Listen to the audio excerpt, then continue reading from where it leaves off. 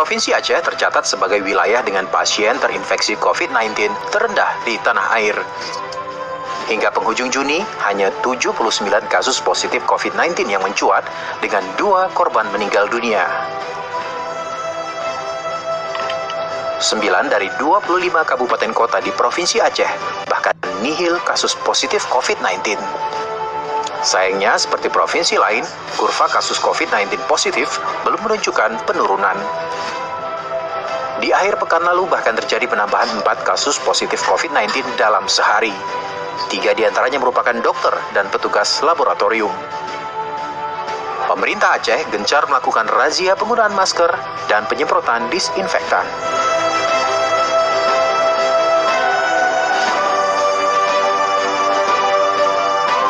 25% lah jatuh 25% pendapatan yang biasanya dari 100% kan jadi 25%.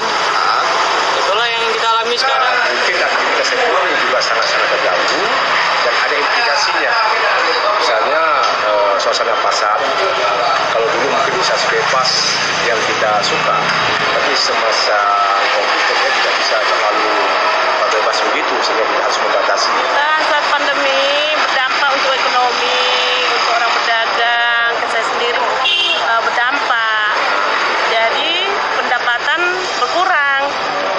Kesulitan lain ya kayak listrik naik, barang kita macet. Kesulitan lain, suami kalau cari rezeki agak berkurang ya daripada biasanya. Biasanya kan kalau rezeki itu alhamdulillah lah biasa dapat pendapatan 100.000 sehari, sekarang udah nggak sampai segitu lagi.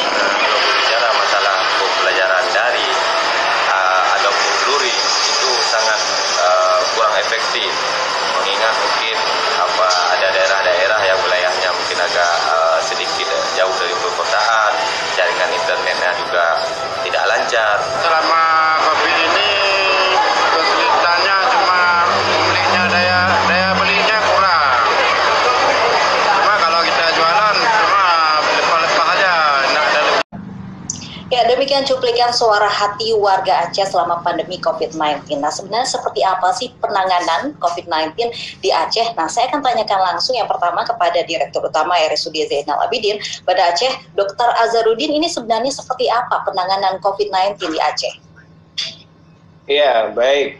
Yang pertama adalah selamat siang semuanya, untuk moderator, untuk ada guru saya, ada Prof.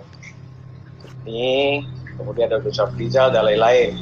Terkait dengan penanganan COVID-19 di Aceh, saya lebih fokus menyampaikanlah di Zainal Abidin.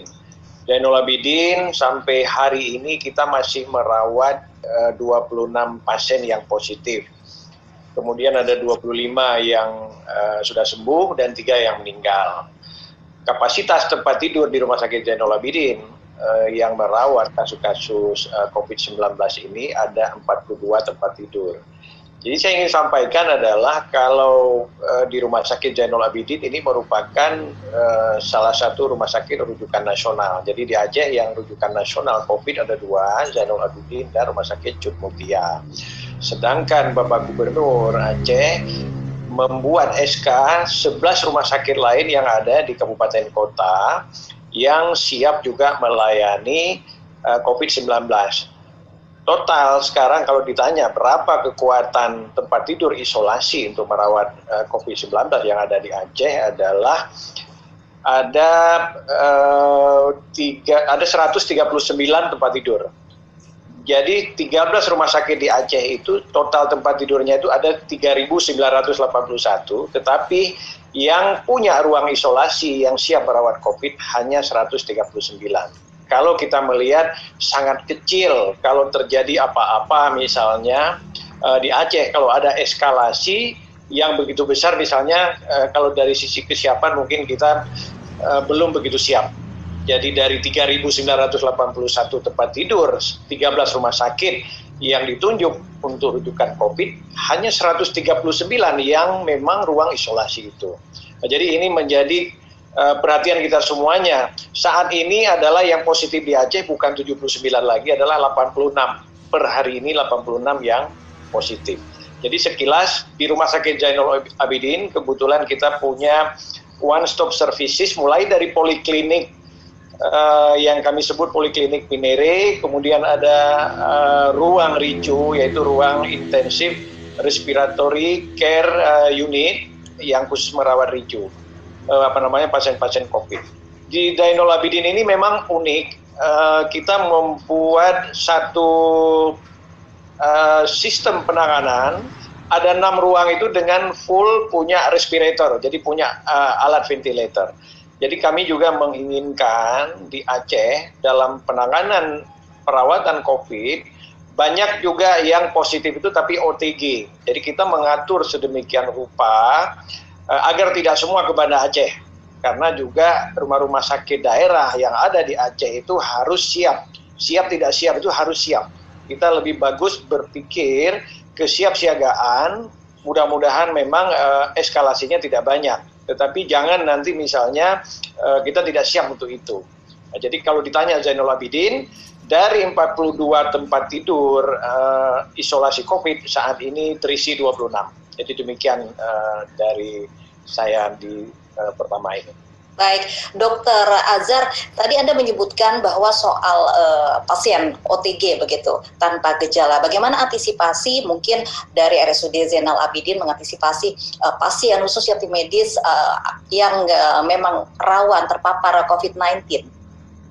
Iya, khususnya di Rumah Sakit Zainal Abidin, di dalam 1 minggu terakhir ini kita membuat edaran baru bahwa sama sekali tidak ada jam besuk. Jadi tidak ada menerima misalnya keluarga atau handai tolan itu untuk membesuk pasien. Jadi kita membuat betul-betul social distancing itu kita jalankan dengan sebenarnya.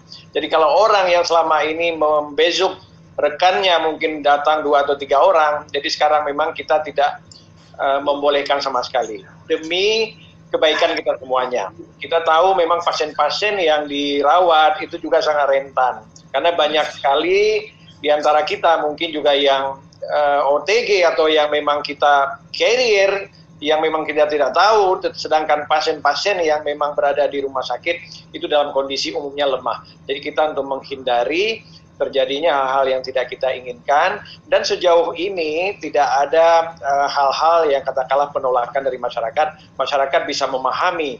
Dan kita juga kepentingan yang lain adalah bulan April dan bulan Mei rumah sakit ini sepi, nggak sampai 40% yang mengunjungi rumah sakit. Sedangkan pada bulan Juni ini rebound kembali, sudah 60-an%. Ini juga kita harus menjaga suasana psikologis dari dokter, para medis. Mereka juga meminta bahwa yang tidak berkepentingan, yang tidak begitu penting harus ke rumah sakit, sebaiknya tidak ke rumah sakit. Biar kami yang bekerja merawat pasien dengan baik, melayani pasien dengan baik, melakukan operasi, sehingga komunitas atau katakanlah terkumpulnya orang-orang yang tidak memang ada kaitan langsung itu bisa kita minimalisir. Jadi kita menjaga social distancing, kemudian juga protokol kesehatan dengan ketat. Tidak satu pun kita membolehkan masuk ke area rumah sakit yang tidak memakai masker. Jadi kita menaruh wastafel portable di setiap sudut-sudut di pintu masuk ke rumah sakit. Baik, ini bicara soal protokol kesehatan, dokter, apakah memang protapnya sama begitu RSUD dengan rumah sakit lainnya ketika juga memang dihadapkan dengan protokol kesehatan, namun kasus COVID-19 di Aceh ini juga masih tergolong kecil begitu jika dibandingkan dengan wilayah lain. Ini seperti apa protokol kesehatannya? Ya, kalau protokol kesehatan memang standar, sama, persis ya. Itu menggunakan masker, menjaga jarak, cuci tangan sesering mungkin. Nah, ini udah menjadi standar. Jadi sekarang bukan hanya di rumah sakit, juga di dinas-dinas lain yang ada di pemerintahan Aceh, itu juga sangat ketat. Jadi kita di setiap pintu juga selalu, itu security itu juga menggunakan thermal gun untuk memeriksa suhu, dan juga itu yang kita jaga. Kemudian juga di ruang-ruang tunggu pasien itu selalu itu kursi-kursi tunggu itu sudah kita beri tanda mana yang nggak boleh duduk ya, sehingga pasien-pasien keluarga pasien itu betul-betul memang bisa menjaga jarak yang memang seharusnya dilakukan secara lebih konsisten. Saya juga ingin sampaikan bahwa banyak sekali yang orang salah memahami itu new normal. Jadi dianggap itu kita sebentar lagi akan normal. Tetapi yang memang perlu sama-sama kita memberitahukan, mensosialisasikan pada masyarakat adalah yang dimaksud dengan new normal itu memang betul-betul kita harus patuh, tidak boleh hanya sekedar formalitas saja yang kita sebut itu protokol kesehatan. Tetapi new normal itu kita betul-betul harus patuh. Saya biasanya lebih ekstrim menyampaikan kita harus berasumsi yang di depan kita 360 derajat kalau ada orang itu kita berasumsikan saja bahwa itu jangan-jangan juga sebagai OTG sehingga kita lebih aware terhadap itu. Baik, masyarakat harus patuh dengan protokol kesehatan yang ada. Tapi bagaimana respon masyarakatnya sesungguhnya praktek di lapangan seperti apa? Apakah memang masih banyak pasien di RSUD Zainal Abidin ini yang abai dengan aturan yang sudah ditetapkan? Ya, kalau di rumah sakit kelihatannya tidak begitu susah karena skopnya itu terbatas. Karena juga dengan aturan yang kita jalankan, misalnya di pintu masuk itu sudah ada security, kemudian sudah ditutup, ada security yang memang hanya membolehkan masuk, mungkin hanya keluarga yang menjaga. Yang menjadi keprihatinan kita adalah mungkin bukan hanya di Aceh, juga di tempat-tempat lain bahwa untuk masyarakat memang kita masih melihat masih rendah terhadap kepatuhan-kepatuhan untuk protokol kesehatan. Tentunya ini perlu perhatian kita semuanya. Karena juga saya melihat ada orang, karena dulu juga sebelumnya diklaim di Aceh ini kan banyak zona hijau. Jadi seolah-olah kita beda dengan daerah lain. Kita ini sudah mau normal, sudah biasa-biasa saja. Sedangkan sekarang ini yang memang kita harus lebih konsisten terhadap memang protokol kesehatan. Kalau di rumah sakit lebih mudah mengatur protokol kesehatan, sedangkan di luar rumah sakit ini yang masih belum banyak, yang memang masih banyak yang belum patuh.